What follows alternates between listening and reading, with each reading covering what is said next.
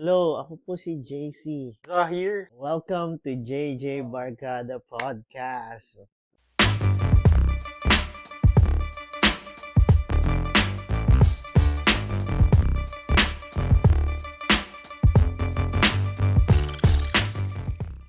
Punta naman tayo sa bago nating segment. Okay, introduce mo nga. Introduce JC. natin yung, ito, we call it Triple RA.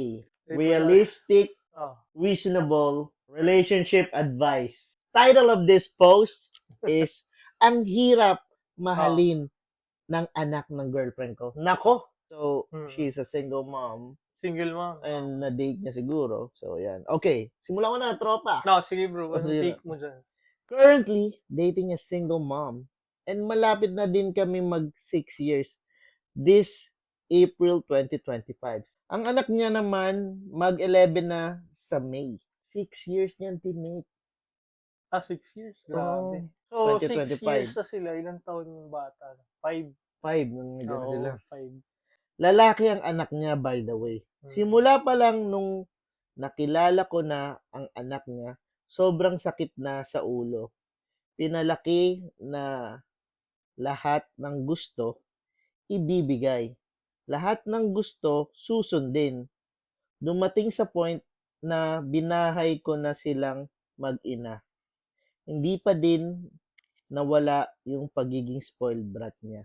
Oo. May times throughout our relationship na nakikipag-break na ako kasi hindi ko na talaga kinakaya ang anak niya. Bully sa school to the point na he is extorting money from his schoolmates. Grabe. Schoolmates kahit other grades, nananakit ng classmate, nagmumura, mahilig sumabat sa usapan ng matatanda, etc. By the way, may different issue din ang girlfriend ko, which is baon naman sa utang bago ko pa siya nakilala. Lumobo na ng lumobo kasi maluho siya sobra, pero di ko na i-discuss yan Ibang dito.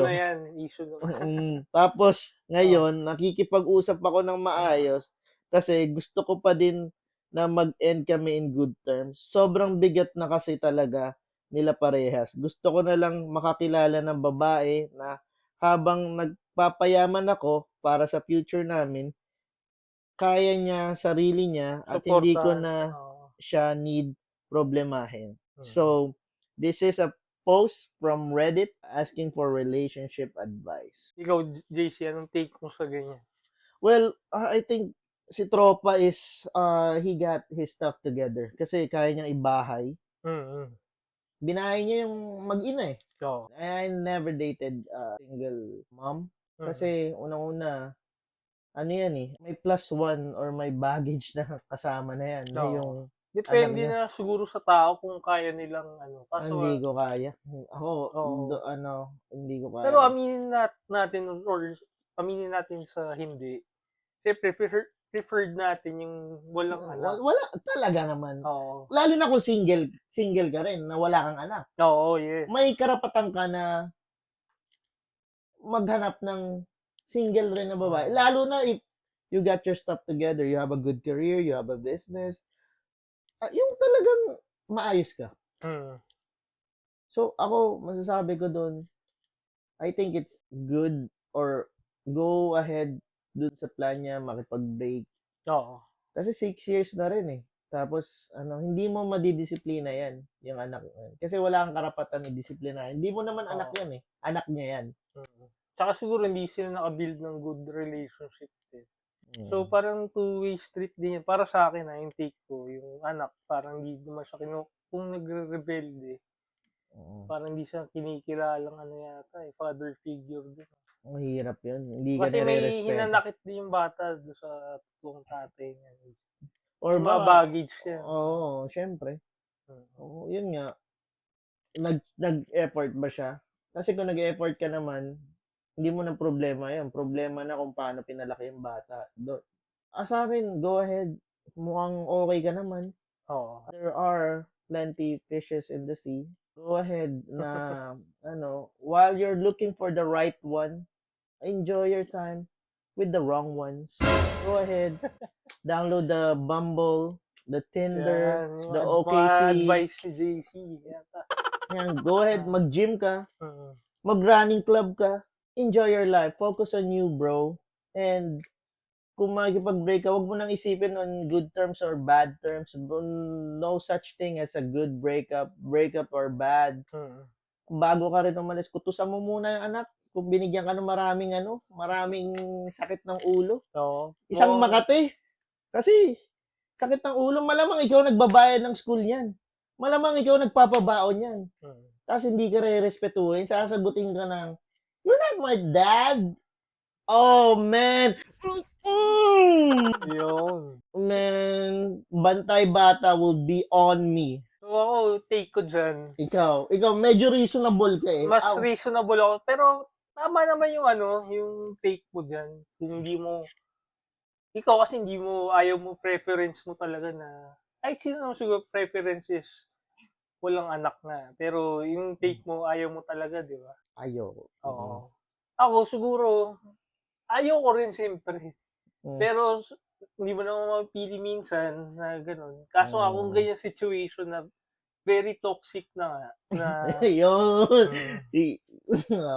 toxic na sa'yo, tas parang, Mukhang okay naman siya. Mukhang okay Oo. naman si tropa. parang feeling ko rin may much better para sa kanya na dadating. At least tinry niya. 6 years is not, Not easy. easy. And syempre, 6 years of your time, di ba? Hindi mo na mababalik yun. Hindi mo na mababalik yun. So, for me, it's time to move on na rin siguro. Go on, pursue bigger, better things. Pero syempre, hindi madali yun. Syempre, na-attach ka na doon sa partner mo, sa anak niya. In a way, kahit ganun yung ugali. Reasonable. You know what? You're very reasonable with that one. You really choose your words. Kung paano mo siya i-discuss. Pero tama ka naman doon, no? I don't disagree. Pero let me tell you this on a Animal Kingdom. Kasi nung bata ako, mahilig ako ng... Ito yung logic ni JC. Mahilig ako manood ng Discovery Channel, ng Animal Planet, National Geographic. Sa Animal Kingdom, like per se, lion, tigers, yung alpha dun sa isang lugar, kasi may territorial sila eh. Pag yung Parang lioness, may anak sila, kahit bear, ganito rin. Yung babae, na type nila may anak, they would erase them. Yun sa parang... Yun yung yun. So, the animal itself, they don't instinct yun na hindi nila, that's not my blood, it's not my responsibility to protect them. Even sa Lion King, kung napanood nyo yung Lion King, ayaw nila kay Mufasa kasi they think he's stray. Pero tanong ko sa'yo, paano pag much older age? Kasi tayo nasa 30s, 20s, yung mga kunwari 50s, 60s. Siyempre, yung magiging partner mo, hindi naman lahat, yung parang closer to your age, mga 40s. May mga, more likely may anak na. Oo, paano naman... Kung ikaw may anak ka na rin, may anak na rin siya. I think, mag-iiba na yung... Iba naman yung... kasi, na-realize ko sa mga tao, pag nagkaanak sila, their whole mentality shift into different direction. Pa nagkaanak? Kasi, mga kapatid ko, may mga anak na, kuya ko may anak na iba na yung, nag-iiba sila. Nagiging, pag nagkakaanak ka daw kasi, mas medyo lumalawak na yung pangunawa mo, nagiging mas soft ka na. Feeling ko rin ganun. Lalo pag sa mga lalaki siguro. Then, sa side din ng lalaki, kasi mas kailangan mag-provide eh. Kahit nga sa mga... So, you're forced to grow up babae. Like for example sa prop natin, sino yung mga mababait? Yung may mga anak. Sila yung madaling pakiusapan sa mga prop natin, di ba? Yung sila very understanding sila, compassionate and understanding sa estudyante kasi may anak din sila eh. Di ba? Alam na nila yung paano i-handle. Yung mga single na medyo siguro medyo nasa nasa 30s na, yun yung, di ba, medyo strict. Di ba, mga Oo, ganyan yung, totoo, ano, totoo. di ba? Medyo yung compassion nila is hindi pa ganun mataas. Pero pag may mga anak talaga, naunawaan nila, they put themselves sa shoes ng parents natin nung estudyante tayo. Like, oh, kung ako yan, syempre, ano, di ba? Oo. So, yun, yung ano doon. Mm. Pag both parties, tas older age na siguro, mga 50, 40s, 50s, or ano. Companionship din siguro yung hanap ng mga Mm. yun. Na kahit may malalaki na yung mga bata, naiintindihan na nila, parang Mm. if yung both sides, pare, parents mo na, byuda yung isa, yung Mm. partner, yung pare, either side na byuda, or Mm. byudo. Yeah.